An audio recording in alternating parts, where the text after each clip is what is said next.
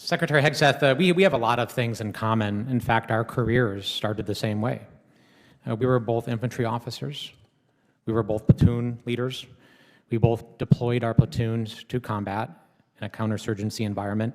There are very few better leadership training grounds than that experience, and it's that experience that I want to transport us back into time, back to Lieutenant Hegseth and Lieutenant Crow.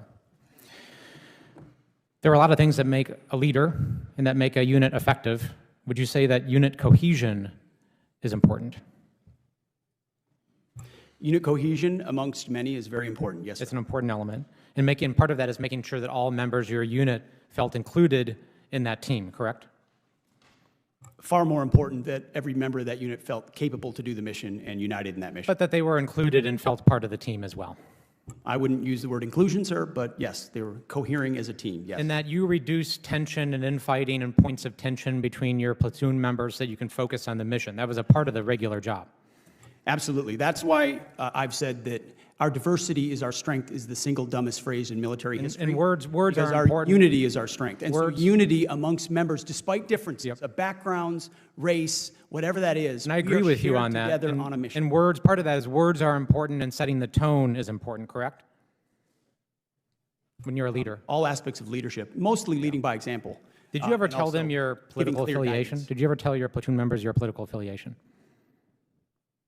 We certainly discussed lots of topics, and I'm sure my political affiliation. Did you ever ask them theirs? No, their political affiliation was never a concern to me. Because it's important that everybody feel included and that people weren't excluded, correct? That would be antithetical to leadership. I'm sure my platoon contained Republicans, Democrats, and Independents, and I had no idea what their affiliation was. Okay, that was actually my next question, so I appreciate you answering that. You led your unit in a counterinsurgency environment, and you interacted with civilians, correct? Interacted with members of the civilian population, sure. And you were, in fact, a COIN instructor, a counterinsurgency instructor, correct? In Afghanistan in 2011 and 2012, I was the senior counterinsurgency instructor. And you signed off on a manual. There's actually a counterinsurgency manual that you signed off on and helped create. And your name's on that manual, correct? We were a part of creating a lot of content at the COIN Academy, yes. Do you remember this portion of the manual? It says, if you've killed two innocents, you've set yourself back more than you've moved forward. Do you still agree with that? I would have to take a look at the manual, but obviously no one in warfare is seeking to kill innocents. Okay. Because it's important to show why we're different from the enemy.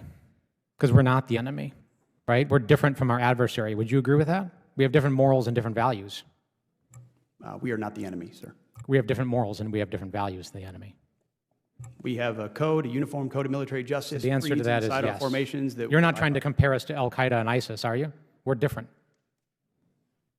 I know the code of the United States military and army that I signed up for. You can't tell me whether we're different? Right hand. You're not willing to say we're different? Of course we're different. Okay, thank you. It's absurd.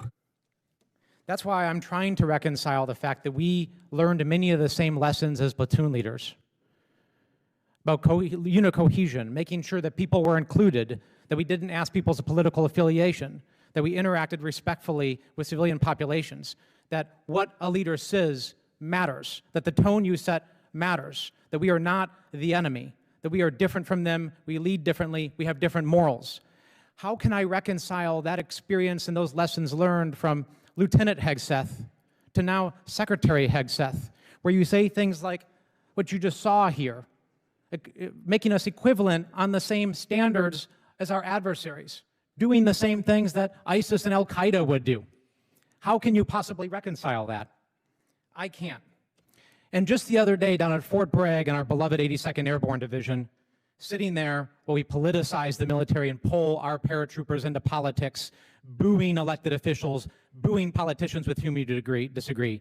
It's antithetical to our values, and you, sir, have changed. Time's expired. Chair now In a tense House Armed Services Committee hearing, Representative Jason Crow of Colorado questioned Secretary Pete Hegseth on leadership, unit cohesion, and the moral standards of the U.S. military. Drawing from their shared background as infantry platoon leaders in counterinsurgency environments, Crow pressed Hegseth on whether his current rhetoric aligns with the lessons they both learned in the field. Lessons about unity, inclusion, and respecting civilian populations in conflict zones. If you value fact-based political coverage like this, don't forget to subscribe for more in-depth analysis. The heart of the clash came when Crow confronted Hegseth over past comments that, in Crow's view, blurred moral lines between U.S. military forces and groups like ISIS or Al-Qaeda. Crow referenced a counterinsurgency manual Hegseth helped create, which stressed that harming innocent civilians undermines the mission. He pushed Hegseth to reaffirm that the U.S. military operates with fundamentally different values and a strict code of conduct. Stay informed.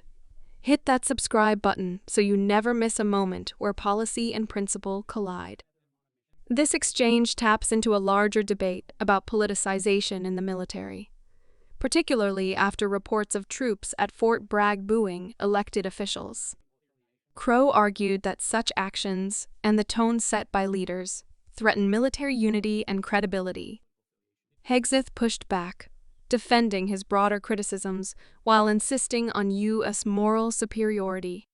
The tension highlights how leadership language can shape not just troop morale, but also public trust in the armed forces. For ongoing coverage of these critical defense debates, subscribe now and join the conversation on the future of military leadership.